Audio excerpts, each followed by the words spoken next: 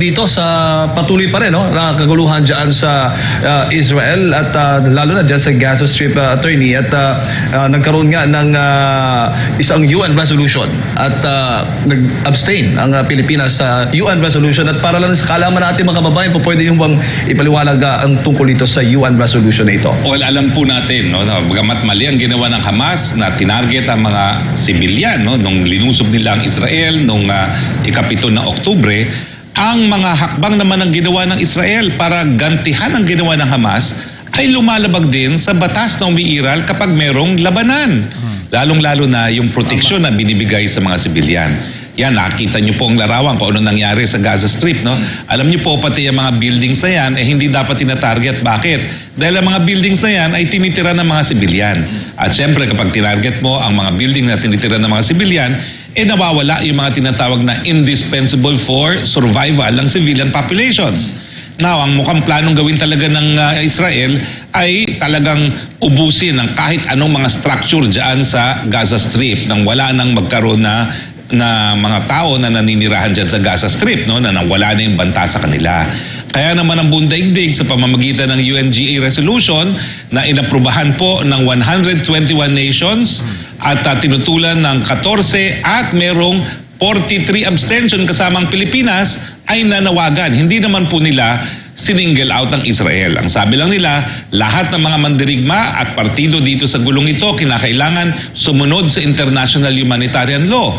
Ano pong sinasabi ng international humanitarian law? Bigyan ng proteksyon ang sibilyan, ang mga sugatan at sumuko na, ang mga nagbibigay ng medical na atensyon at ang mga nagbibigay ng religious support dahil sila po hindi naman aktibong kabahagi ng labanan.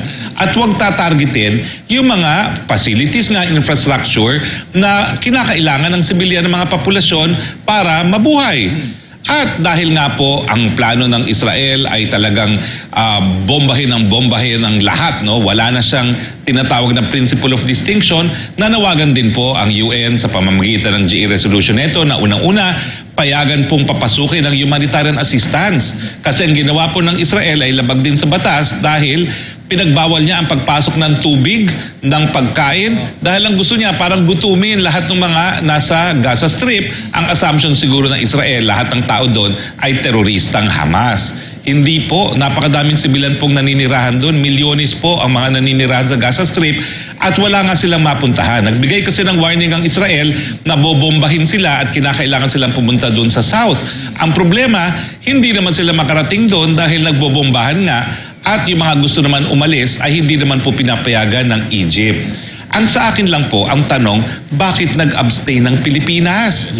Unang-una, meron pa po tayong 133 na mga kababayan na hindi pa po nakakaalis ng Gaza Strip.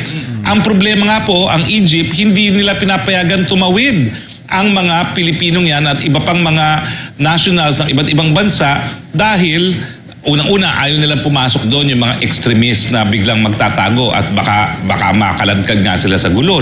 Pangalawa siguro dahil wala silang kakayahan na tumanggap ng mga refugees. Hindi nila mapapakain yung mga refugees na yan. So, nandoon pa rin sila.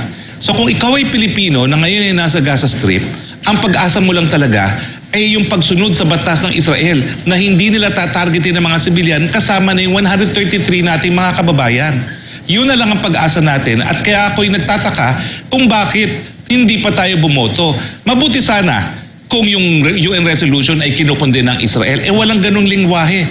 In fact, hindi nga sininggle out Mr. President, makinig ka. ng Israel nanawagan sa lahat ng partido sa gulo dyan na sumunod sa batas na umiiral pag merong labanan. Di ba yun naman yung dapat ibigay natin sa mga kababayan natin na habang hindi pa sila nakakaalis doon mismo sa lugar ng gera, dapat lahat yung mga partido sa gera ay sumusunod sa batas na binibigyan ng proteksyon yung mga sibilyan kasama na yung mga 133 na Pilipino. Kaya nga po ako ay nalulungkot sa araw ng Undas, sana po hindi madagdagan yung ating bibisitahin sa mga puntod. Sana po hindi madagdag yung mga 133 na ating kababayan na naipit ngayon dyan sa gulo dahil ang Pilipinas po, parang tinalikuran natin yung ating mga kababayan na nandun pa naiipit sa gulo na sana ay protektado ng batas hindi po natin tinaguyod ng batas. In fairness, anong sabi ni Secretary Manalo, bakit daw hindi tayo bumoto? Kasi daw walang lengguwahe na kinukondena ang Hamas. Pero alam niyo po kasi sa larangan ng international humanitarian law, hindi na natin tinitingnan kung sino ang tama ang mali pagdating doon sa labanan. Ang importante, bigyan ng proteksyon ang hindi mga kasapi sa labanan. So kapag ang panawagan ay sundin ng batas, hindi na po importante kung sino ang tama at mali. Ang importante po talaga, bigyan ng proteksyon yung mga walang kalaban-laban, hindi po kasapi sa labanan, dahil sila po talaga ang magdurusa kapag merong labanan. Dahil wala naman silang sandata, wala naman silang mapuntahan na, at saka syempre, yung mga binabagsak na bomba ng Israel galing sa kanilang mga eroplano, hindi naman yan makakadite kung sinong sibilyan o hindi. At talagang marami na pong nababahala dito sa ginagawa ng Israel na pinagbabawal nga ang pagpasok ng humanitarian assistance. Bawal pong gutumin ang mga sibilyan na populasyon kasi ang dapat mo lang targetin, mga mandirigma. Now, bukod pa po dun sa 133 na mga kabayan natin doon na para bagang kinalimutan na natin dahil ayaw natin manawagan na sundin ang batas na umiiral, no, pag merong labanan, dito po sa Pilipinas, meron din tayong mga digmaan pa. Meron tayong laban dyan sa teroristang CPP-NPA at hindi pa rin po tapos yung labanan na dyan sa Mindanao. Ano pong mensaheng pinadadala natin dito sa mga kasapi sa labanan nito na hindi importante sumunod sa batas? Yan po buti sana po, kung wala tayong labanan, po pwede natin sabihin, ay immaterial sa atin yung IHL na yan. Pero meron po Kaya importante na habang hindi pa po nawawala ang labanan, patuloy po ang ating paninindigan na lahat dapat habang may labanan, sumusunod sa batas. At isa pa, partner alam nyo ba itong international humanitarian law? Napakalaki ng kontribusyon ng Pilipinas.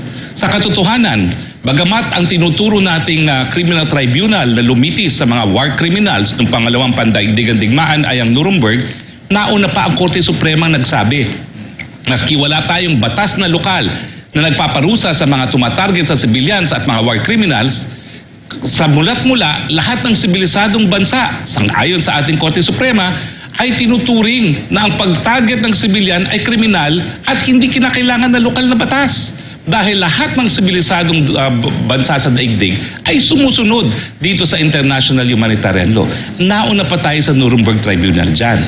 At saka yung prinsipyo na command responsibility na kung ikaw ay isang mataas na opisyalis ng militar o kaya sibilyan ng presidente, kapag wala kang sistema para masigurado na yung mga sundalo mo ay sumusunod sa batas at nagkaroon ng mga paglabag sa batas, ikaw mismo, miski hindi mo in-order yan, ay po pwedeng magkaroon ng pananagutan kung ikaw ay may paraan para malaman na itong mga krimen ito ay nangyayari. Pero ayon ito sa kautusan ng Pangulo, paano yan? Command responsibility. At wala kang ginawa para maiwasan itong mga krimen ito. Made in the Philippines.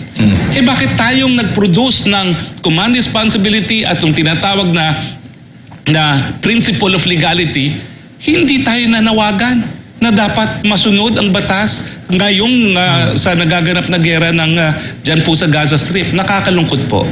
Pero ulitin ko po para po doon sa kapakanan ng 133 na naiipit pa sa Gaza, dapat nanawagan tayo na sumunod sa batas. Kaya nga, alam mo, emotional ako dun sa aking FB Live. At mga kaibigan, sa kauna-unahang pagkakataon, yung aking FB Live na sa 2 oras pa lamang ay meron ng 20,000 views at 1,500 comments. Meron pong nagtanggal sa aking Facebook. Ay, hindi na po na-recover, no? Pero, belat. Dito na tayo. Ko. DFA, nag-arkinal ba ho tayo ng bus? O ano po, paano sila matatransport? So, pagdating... Pero nanawagan naman tayo sa after, alam niyo, di ba, pag bumoboto sa UN, pwede yung daan ng Pilipino doon, so ginagawa ng Damascus, nagkikipag-advisor rin sa mga Pilipino, no? Nanawagan na yung pamahalan, yung parang as a country na talaga sa ating mga kababayan, yun din yung, kasi nga, pag may digmaan, talagang literally, what spells the difference between life and death ay yung batas. So sa akin, parang as a country na talaga nag-contribute para mapalakas itong batas na umihirap pagbilabanan, sa akin po talaga hindi katanggap-tanggap. Now, mga partners, ako talaga umakit ako sa parehong entablado ni PBBM. Meron kaming hindi pinagkakasunduan pero suportado ko pa rin siya. For instance, sa issue ng China. Bagamat hindi ako sumusuporta sa outright na parang makikigera na tayo sa China, sinasabi ko, naintindihan ko rin kung saan nanggagaling si Presidente. Dahil kung hindi siya magsasalita ng ganito, ano sasabihin ng kababayan natin na namimigay siya ng teritoryo? So naintindihan ko yun. Pero talagang ito po kauna-unang pagkakataon na I put my foot down. Dahil habang naroon pa yung mga Pilipino na talagang nandoon sa putukan mismo, importante ng Pilipinas manindigan na dapat masunod ang batas. Bakit naman kasi i-insist pa natin na merong pagkakasala ang Hamas na nagsimula nito? Para kasi nag-away eh. Kasi sinasabi lang natin, huwag mong targetin ang hindi kasama sa awayan. Pero sinasabi natin doon sa abstention, hindi. Dapat sabihin natin kung sino nagsimula ng away.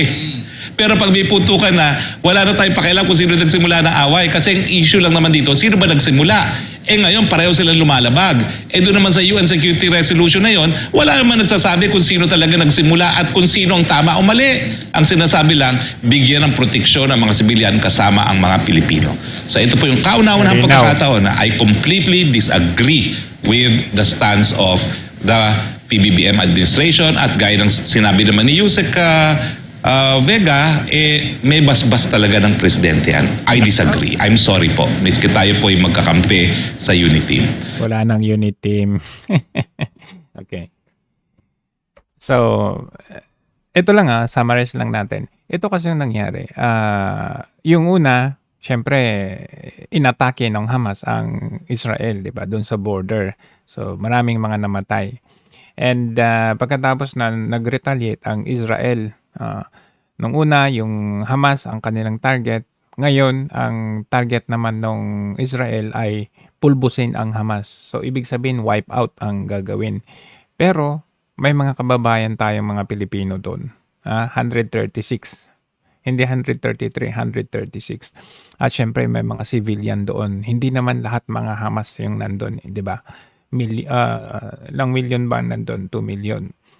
Ngayon, nag-high ng UN resolution ang UN delegates which is pagbobotohan nila na hindi na i-evacuate yung mga civilian na nandun sa Gaza, na hindi tama yung hindi tama ang pagbobotohan ay palabasin yung mga civilian doon kasi nga kino-corner nga nung Israel.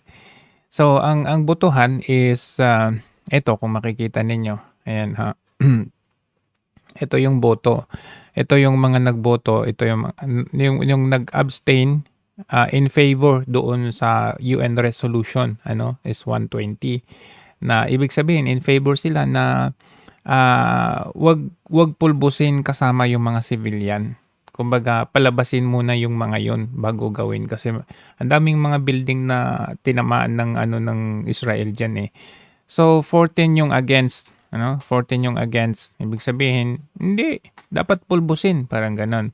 Itong 45 nag-abstain, nandito yung Pilipinas. So ang tanong ni Attorney Harry Roque dito, bakit naman nag-abstain, 'di ba? Bakit naman nag-abstain? Pakita mo naman na ikaw ay may concern sa Pilipinas, 'di ba? Dapat kahit papaano nag-vote ka na kasi may nag-vote ka na in favor kasi may mga Pilipino tayo doon eh. Pakita mo na meron ka talaga na wala kang pinapanigan kasi ang papanigan mo dito yung international humanitarian and human rights law, 'di ba? So nakita niyo yung Philippines kumbaga nung nagkagit-gitan na yung dalawang sasabihin mo, ay, wala akong pakialam dyan.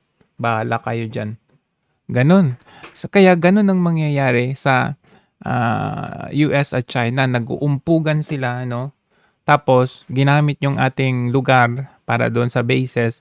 Tapos, kapag may marami ng casualties sa atin, sasabihin ng presidente, wala akong pakialam dyan. Lilipad na ako papuntang Amerika. Bye-bye. Parang ganun na rin yan.